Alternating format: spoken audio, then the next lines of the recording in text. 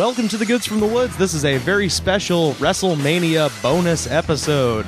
This episode, we're going to be talking a lot about the WWE Hall of Fame, which is going to be going down this Saturday night, April 2nd, 2016. A lot of great folks in there. We're particularly excited about the Lariat, Stan Hansen, the bad man from Borcher, Texas, going into the Hall of Fame. We're going to talk all about that in a moment, but this episode's really cool. We got an exclusive scoop. Me and Pat actually got to do a little shoot interview with the great superstar Billy Graham. I know Mr. Goodnight was bummed out that he couldn't be there, but yeah, you're going to hear right now, this is me and Pat's interview with superstar Billy Graham, and I think you're going to dig it. And then we're going to come back, and we're going to talk a little bit about WrestleMania 32. So, listeners, we have a special guest. We're here live at Disgraceland with superstar Billy Graham. Superstar Billy Graham, former World Wrestling Federation champion. None of that WWE shit. No. When I wrestled, it was the Worldwide Wrestling Federation. An extra W in there. Yeah, WWWF, and I was the world champion. Billy, you took the belt off of Bruno Sammartino, didn't you? Oh, yeah, Bruno.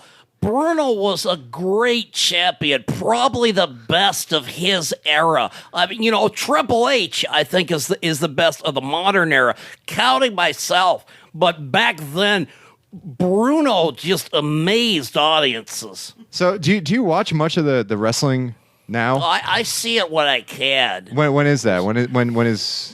Sometimes when I'm not working out or getting medicine for my liver, I because I've had a transplant, I still see some of the wrestling, and there's a lot of guys I like today. Triple H, I'm a huge fan of Triple H. His physique that he's worked so incredibly hard to maintain, the realism of his matches. I am a huge fan of Triple H. What do you think of Finn Balor? Because he's not very much like you. He doesn't have the big muscles. He has this disgusting, disturbing, almost satanic devil introduction. When he comes down to the ring, it disturbs me. But why does it disturb you? It's almost satanic. He's just painted his body in this devious, diabolo, despicable, almost violent, sick, demented manner. Well, what do you think of him as a wrestler, though? I think he's a great guy. He's got a great physique. He works really hard, and the real of his matches. And from what I understand, he's a fan of mine, too. What do you think of the women's division in NXT? Oh, you see, in my day, we had Penny Banner and people like that. All the women nowadays they're great. They're really great athletes. Good physiques, too. They have some good physiques. They really do. So, some of them are like mine, because I used to work out with Arnold. He's the godfather to my daughter. Which I guess they call them divas now. Divas? Which one do you think has the best physique? Well, there's this one called Bailey or something, and she has this incredible body that she worked hard to maintain, but her face is just despicable. It reminds me a little bit of me when I was at Madison Square Garden, and people were chanting for me, and yet Vince Sr. put the belt on this howdy doody.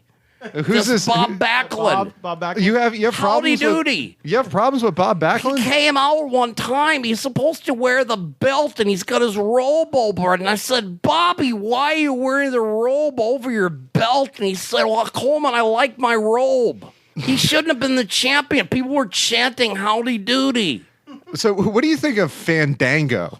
So does this dancing, this sick, disturbing, disgusting, violent dancing that he comes when he does to but the ring. It's ballroom dancing. What's despicable and disturbing about ballroom dancing? It's like Puerto Rican violent ballroom. I used to wrestle down there. It was violent and disturbing. Were there other ballroom dancing wrestlers in Puerto Rico? Abby would do it sometimes, and he would blade. He would take his gig out on the dance floor. And he would just blade all over to his blood everywhere. It looked like the floor of hell, and it was disgusting.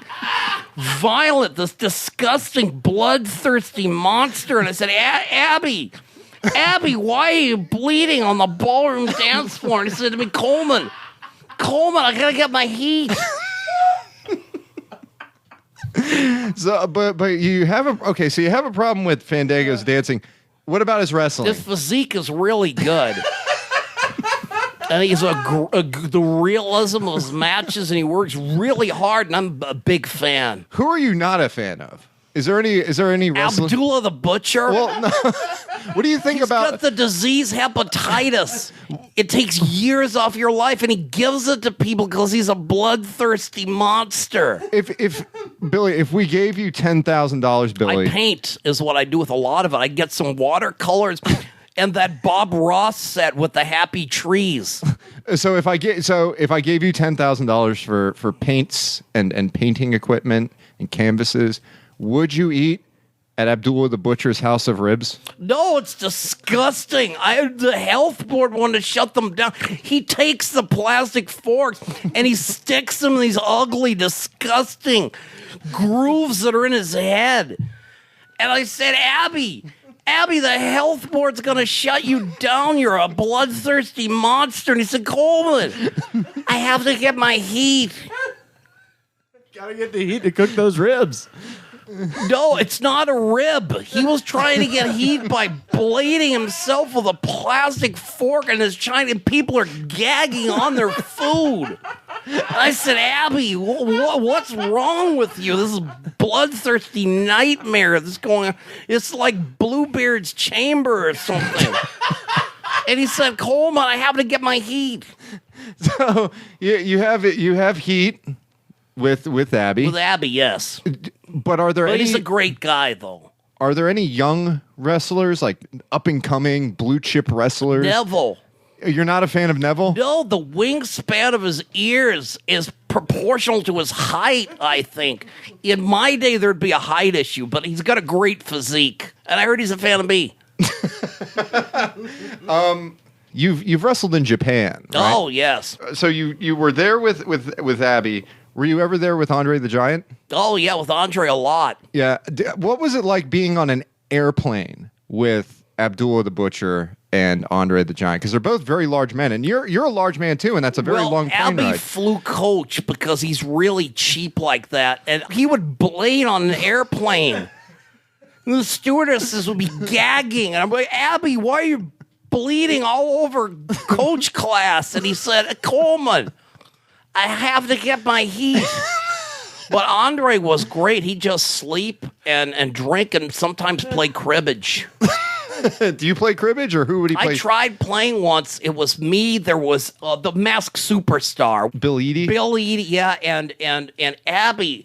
And Abby started blading during the game of cribbage. Don't tell me he took the pegs from the game of cribbage. And he put them in the grooves in his disgusting head. It was violent. Abby would do that, apparently. Sick, disturbing, disgusting, demented. And I said, Abby, why are you doing this? We're just playing cribbage. And he said, Coleman, I have to get my heat. Is there any point where Abby doesn't have to get his heat? Like he's just not conscious about getting his heat? No. He's always sticking something in the disgusting grooves in his head or stabbing someone with a fork, and he's trying to give people hepatitis, and that's assault with a deadly weapon. the fork or the hepatitis? Anything. Oh. Abby is a deadly, bloodthirsty ball of demonic hepatitis. So Bill, you're a master of martial arts. Oh, yes. Kung Fu. I learned it from the Grand Wizard. Ernie Roth, he was a great guy. So since you're a master of martial arts, could you have taken Jean-Claude Van Damme? I wouldn't fight the Pope. It just wouldn't be right. It's not appropriate. I said Jean-Claude Van Damme. That's the not Pope, John Paul II. Well, I could have taken him too. And you could have taken Steven Seagal as well? Yeah, I actually fought him once. Really? In a movie. I played an arm wrestler, and we fought, and there was a scene where he was supposed to bleed. And I thought it was Hollywood, and they just used blood capsules. Or somebody takes a blade, and he's going for his forehead. And I said, why are you doing that? You could give somebody hepatitis. and he said he had to get his heat. Oh, Seagal always has to get his heat. Wow. Yeah. Well, thank you, Billy. You're welcome. That's Superstar Billy Graham. Follow him on Twitter at @SSBillyGraham. Superstar Graham, the latest pet, the men's regret. What you see is what you get, and what you don't see is better yet. All right, that was our interview with Superstar Billy Graham. I know Mr. Goodnight was super bummed out he couldn't make it for that, but, it is what it is. But me and Pat were really excited to talk to him. I was so excited I barely said anything. So I guess I'm going to bring the boys in now. We're going to talk a little bit about WrestleMania and a lot about this year's WWE Hall of Fame class of 2016. His is better than mine. Big news this week going into the WWE Hall of Fame at WrestleMania this weekend. Stan Hansen. That's the only thing I'm excited for about WrestleMania weekend. You're not excited for the New Day inducting the Freebirds? Did you hear about that shit? No. So the Hall of Fame. Oh, I know Jimmy Garvin is up in there. Yeah, but the Who Freebird should not be in there as a free bird, but I don't mind him going to the Hall of Fame because he was precious. really good. Yeah, when he was gorgeous Jimmy. But they're going to induct the Freebirds into the Hall of Fame, and they're getting the New Day to do it. Which is too late. I mean, Yeah, New Day is peaked. But yeah, anyway, they're putting in the Lariat, Stan Hansen. And it's about damn time he went in there because it ain't a real Hall of Fame without him. So we're just gonna talk about Stan Hansen a little bit because the best. Not everybody knows who Stan Hansen is. Well, actually, it was interesting because when he got inducted into the WWE Hall of Fame, they made an announcement on Facebook, and there were some people on there that were just like, "Why? Why this guy?" Okay, Yeah. I want to There's know their all names. these people that deserve to be in. Why Stan Hansen? Because they didn't know about the bad man from Borgia. They didn't know he was the king of Japan. He is the Ichiban, king of number Japan. one. Ichiban Gaijin, first ballot Hall of Famer into Meltzer's Hall of Fame. Yeah. Which, is a little biased towards people that were big in Japan. But these people who say why, that don't know, Goodnight is going to hunt you down now. And you best run to Stan Hansen and have him beat the piss out of you. So tell the people, Goodnight, why Stan Hansen. Because he was the great. bad man from Borgia. He was from a little town in West Texas, and he come out there and he just started kicking ass throughout the world. He broke Bruno Sammartino's neck, and then he went over to Japan, and he became the biggest Gaijin cowboy over there, wrestling for Giant Bubba and wrestling strong style like they do in Japan, where they ain't being snug and they putting in the fists and all this.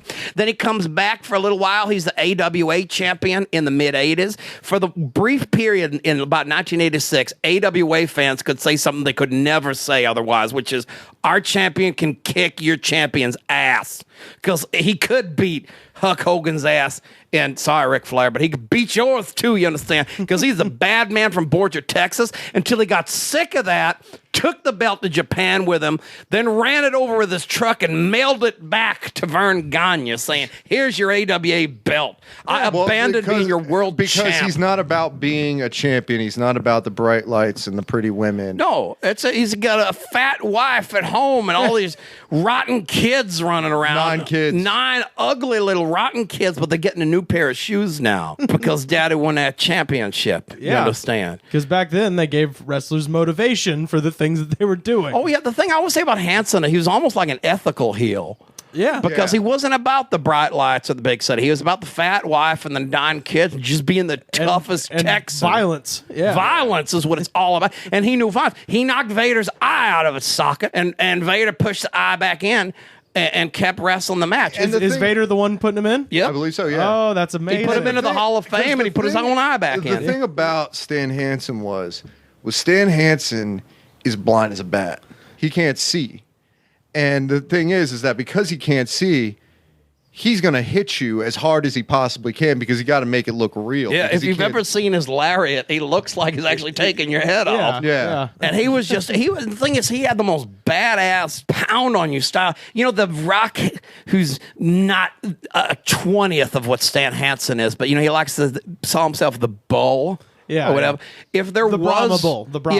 If there was a wrestler that was just like a real human Texas style Brahma Bull, it would be Stan Hansen because he was one hell of just a big, beefy ass dude. Well, if you watch intros of him in Japan, he'll swing that bull rope around, and it's like Godzilla walked out. It's just all these Japanese fans just run for their lives.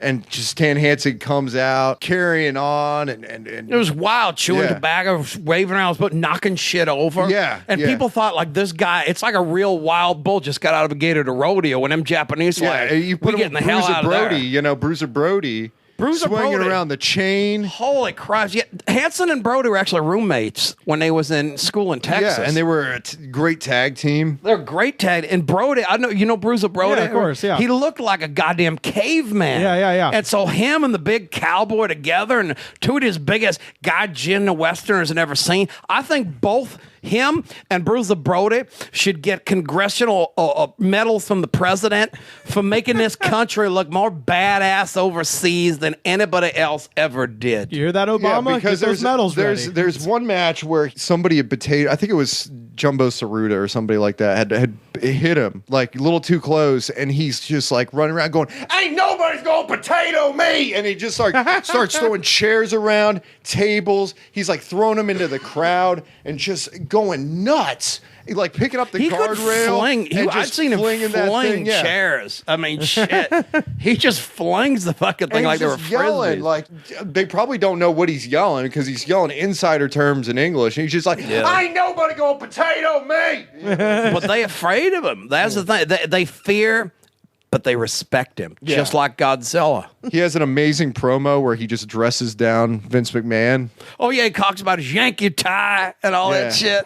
I don't know what you're supposed to be looking like, I'm a real man. He was in No Holds Barred briefly. Oh, is that right? Tough guy in the bathroom. Yeah.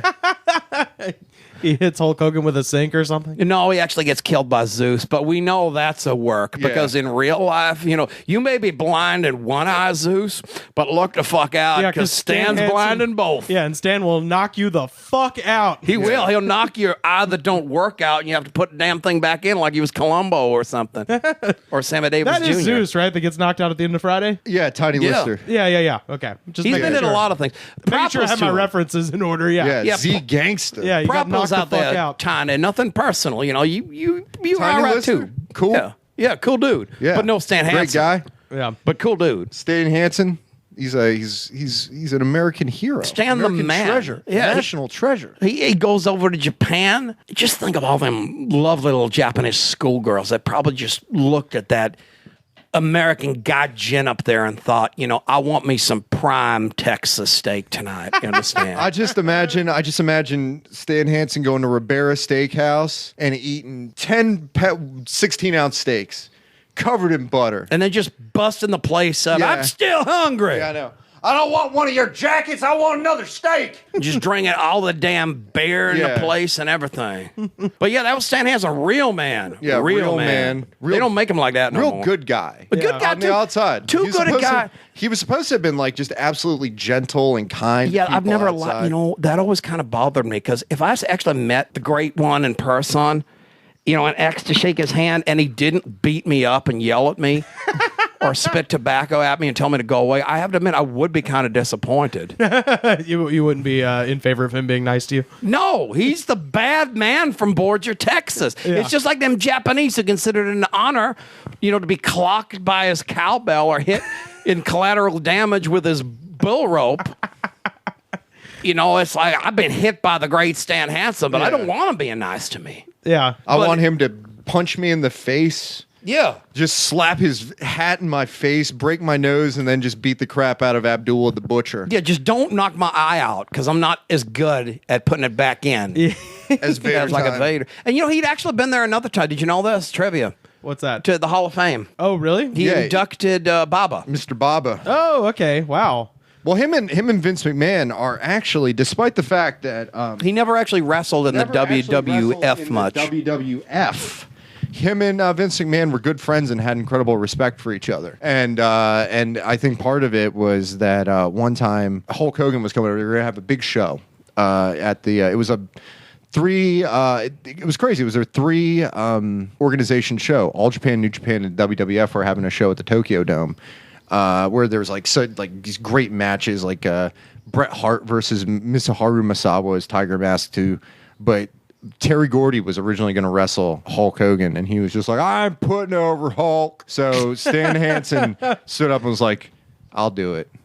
I have honor, and I will do it for you, Mr. Baba, and I'll do it for and Vince. it's going to be a shit ton of money. And it's going to be a shit ton of money. Yeah, he ain't stupid. And Hogan fears Stan Hansen. Because he did Stan. You don't Hansen, fuck with Stan because even if he didn't mean to stiff you, he probably would. One of his first feuds was with Stan Hansen when he was Sterling Golden. Oh, no shit. I remember his Ron Bass feud, but that was when he was the other guy. Well, it was in Terry Boulder. Yeah, when he was in Georgia, when he was wrestling as Sterling when Hansen Golden. was a face. Yeah. Face Hansen in Georgia. That would always drive me a little bit nuts because he's just like real calm. He's just like, I know a lot of holds. There's a lot of people out there, and he's just wearing his like ball cap and his shirt and everything. But no, the best Stan Hansen is the insane Stan Hansen, and Stan Hansen. You earned it, buddy. You did. But yeah, so if you're watching, if you're watching the Hall of Fame, this weekend, check it out just to watch. Watch old Stan Hansen go in. Hansen get in. Watch the Freebirds get in because Michael Hayes is going to be ridiculous and probably incredibly drunk. Oh, have you been watching like them? Michael Hayes has been popping up because I think they want to like spread awareness about him, just his existence. He's been on TV a little bit more. He's absurd, and he's been wearing a fedora. Like he just now figured. He just wears fedoras and Steve Harvey suits. He has one that's like a red shirt and it's red button down shirt and it's blue and he looks like Doink the Clown. Yeah, looks like Doink the Clown formal wear. He didn't have a green wig. I don't know. Yeah, he might soon too. He might soon because that hair's falling out. See, my thing with the Hall of Fame this year is I think the reason that the Freebirds got in and the reason that the Godfather got in is because this is the last year they could possibly put both of those characters in. Yeah. Because of the Confederate flags and because of the pimps and the hoe train and all that shit. So it's like, all right, well, this is the last chance. So let's just do it now. Do it big and do it in Texas. Do it like a Band-Aid. I want to see Godfather throw like an audible and come in as Papa Shango. Papa Shango, yeah, dude. I think he should be in the Hall of Fame for that. I do too. I loved the Godfather. That was one of my favorite. Well, I was thinking Papa Shango. I thought Papa Shango was, real voodoo for a while there. I loved it when he made the Ultimate Warrior throw up that pea soup. Oh, that was awesome. Motor oil go down his face. Do you remember the one where the black stuff was on Mean Gene's hand? Yeah. That was bitching too. And then who else is going in? Jacqueline? Jackie's great. Jackie's underrated. Is that Miss Texas? Yeah, Miss Texas. She's underrated because she worked with it. Well, I'm going to say this. She worked with Eric Embry, who's another Texas boy, should be in the Hall of Fame. Yeah. And then who are the other? Oh, and then, of course, the headliner is Sting going in. Yeah. Big Boss Man. Oh, Big Boss Man. Dude, Big Boss Man is awesome. Yeah. He was. Because he had. Really underrated. Really I actually saw him as a jobber. Man. I saw him in a jobber match on one of them old Crockett's that was on the network the other night. Yeah, when he was wrestling, who was he wrestling? Who the hell was it? Tully Blanchard, I think? Yeah, and he gave him a ton of offense. He did. Wow. And he was so uncoordinated. Yeah, but you know what, though? He's uncoordinated, but you can see that, like, he's definitely better than average. He just looks like a big little boy, and he has like a, and he's wearing the King Kong Bundy singlet, but he's like got like rolls, so it's like spilling over. Yeah. Well, and also I think Boss Man, I mean, there's very few people who were able to like transition whatever their old gimmick was into the Attitude Era pretty successfully, and do the occupational role well. Right. Yeah. And dude, like Attitude Era Boss Man was fucking fantastic. Yeah. And you know what? He actually got in better shape as he went along. If you see like early Big Boss Man, he looks like King Kong Bundy or Egg or something. But if you look even before he left WWF and all that, he was a lot trimmer and everything. Yeah. Well, by the end of that run, when he was breaking up like Big Show's funeral. Big Show's dad's funeral and shit. That stuff's amazing. Your damn dog, because I call it pepper steak. Where he's just pure evil. He was really evil. I loved how evil he was. He was dressed up like a SWAT team. Like, he was dressed like Curtis Stryker from Mortal Kombat, and they took his gimmick right off of him and put it on Roman Reigns there. Yeah. Well, you know what? Let's face it. Then it's a pretty good class this year. I'm not disappointed. Freebird, Stan Hansen, Stan Hansen, Sting's going in this year. Yeah, Sting's your headliner. NXT is gonna be be pretty Holy solid. shit, Zayn and Nakamura? Are Zayn you and fucking kidding me? Nakamura, Austin Aries versus Baron Corbin. That's going to be a really good match. Yeah, like man. under the radar, it's going to be. I think it's going to be really solid. It's going Yeah. to show off how good Baron Corbin is. Bailey Asuka is going to be phenomenal. Yeah, that match is going to be so good. We're so excited to be watching this weekend. Finn Balor versus Samoa Joe, or as my wife calls her, Evil Totoro.